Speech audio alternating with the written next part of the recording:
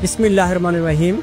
বাংলাদেশের শীর্ষ সংগঠন আমাদের চট্টগ্রামের গৌরবের শতাবর্ষী আজকের দি চিটাগং চেম্বার অফ কমার্স ইন্ডাস্ট্রিজের যে আগামী 1 নভেম্বর যে নির্বাচন অনুষ্ঠিত হবে, উক্ত নির্বাচনে আমাদের বীর চট্টলার কৃতি সন্তান আমির হুমায়ুন মাহমুদ চৌধুরী ও বীর চট্টলার কৃতি সন্তান এম এ সালামের নেতৃত্বে আমাদের ইউনাইটেড বিজনেস ফোরামের যে আমরা প্যানেল গঠন করা হয়েছে, উক্ত প্যানেলে আমাদের প্যানেল লিডার বাংলাদেশের সবচেয়ে বৃহত্তম বড় ব্যবসায়ী জনাব আমিরুল হক সাহেবের নেতৃত্বে আমি অর্ডিনারি ক্যান্ডিডেট হিসেবে আপনাদের ভোট ও দোয়া প্রার্থনা করছি।